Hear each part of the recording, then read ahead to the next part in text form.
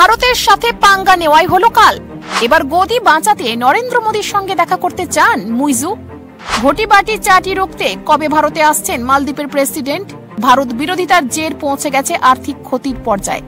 বিতর্ক এখন এমন পর্যায়ে যে রাষ্ট্রপতি মোহাম্মদ মুইজুকে পদ থেকে অপসারণের দাবি উঠেছে বলে খবর।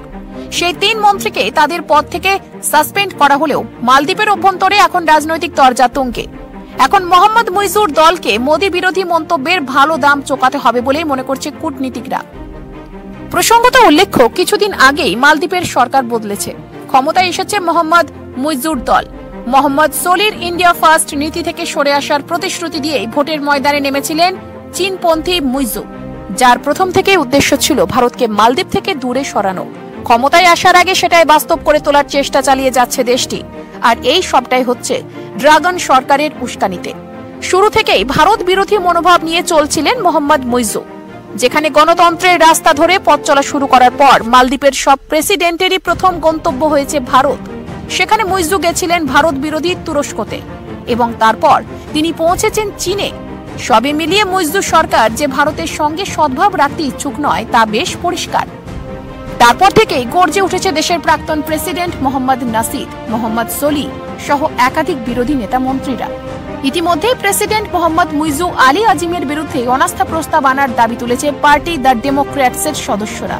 সেই সাথে মালদ্বীপের পররাষ্ট্রমন্ত্রীর দরবারে সমন পাঠানো হয়েছে বলে খবর। এই দিন মালদ্বীপের প্রাক্তন প্রতিরক্ষা মন্ত্রী ও বিরোধী দল এমডিপির নেত্রী মারিয়া আহমেদ শাসক দলের সমালোচনা করে বলেন, ভারত মালদ্বীপের বন্ধু এবং সংকটের সময় ভারতই প্রথম মালদ্বীপকে সাহায্য করতে আসে। তিনি বলেন, আমাদের সবসময় ইন্ডিয়া ফার্স্ট নীতি ছিল, কিন্তু বর্তমান সরকার ভারতের সঙ্গে মালদ্বীপের সম্পর্ক নষ্ট করছে। প্রসঙ্গত উল্লেখ্য, 2004 সালের সুনামির সময় ভারত মালদ্বীপের সামনে ঢাল হয়ে দাঁড়িয়েছিল। এছাড়াও করোনা মহামারীতে 830 কোটি টাকার সাহায্য পাঠিয়েছিল ভারত সরকার।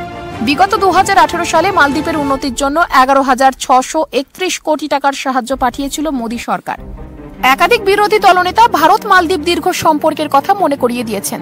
প্রাক্তন প্রতিরক্ষা মন্ত্রী আহমদ দিদি মুইজুর বিরুদ্ধে তোপ দেগে বলেন, ভারত হল মালদ্বীপের আপদকালীন 911 নাম্বার। আমাদের জন্য ভারত সবার আগে।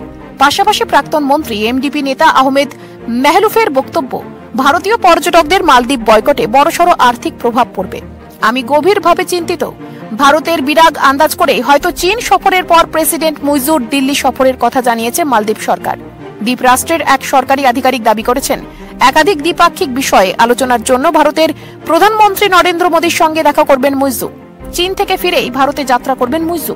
যদিও ভারত মালদ্বীপ চীন টানাপোড়েন এখনো অব্যাহত।